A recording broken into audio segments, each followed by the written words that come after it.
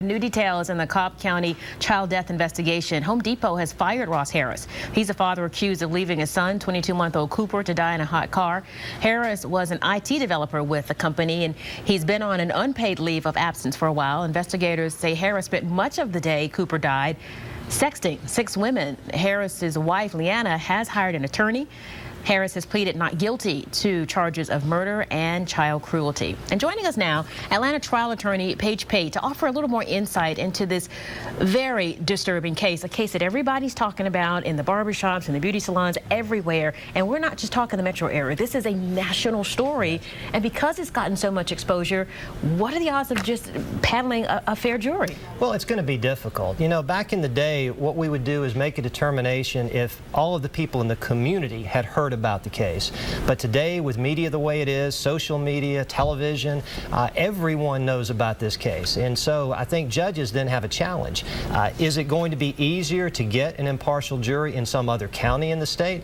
That's unlikely. But legally, the test is not have you heard about the case. It's have you made up your mind. So they could still pick a fair jury in Cobb County. A lot of people have made up their minds. Well, that's true. You know, that's they've true. already guilty before proven innocent. Right. Let's talk about the mother, Leanna Harris. Okay. We make it clear she's not been charged in this case, but she has hired an attorney, as we just said. Does that mean anything? I don't think so. It's a good idea. Obviously, there's a lot of attention focused on her, not just from law enforcement, but also from the public.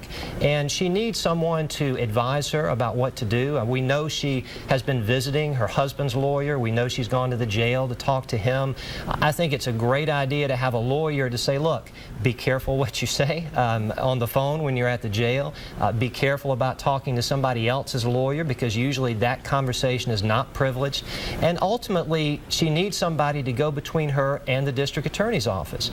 I'm confident her lawyer, who I know, will probably call the DA and say, I need to know, is she a suspect? Because if she is, then there's some things we need to do. Now, the video we're showing here is from the probable cause hearing, and first there was a shock of the sexting that when it came out, but then when the judge says this could be a death penalty case, I think all of us sat up again and went, really? What would make that the case? Well, that is somewhat of a surprise. I mean, remember, right now he's only charged with criminal negligence and felony murder, so it can't be a death penalty now. What would have to happen is within the next couple of months, when they take the case to a grand jury and get an indictment, is they have to up the charge. They're going to have to charge him with some sort of intentional crime, first-degree child cruelty, malice murder.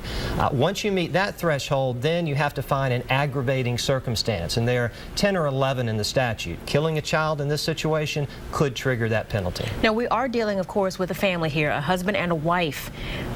Spousal privilege. I mean, can one testify against the other? You know, that's a very interesting question. I've heard a lot of folks on the media, unfortunately, getting it a little bit wrong. Georgia does have a new law about spousal privilege. The spouse used to be able to say simply, I'm not going to testify, end of story. There are now exceptions. If the case involves some sort of domestic violence that involves the spouse, or if it involves violence to a child, then the state can compel the spouse to testify.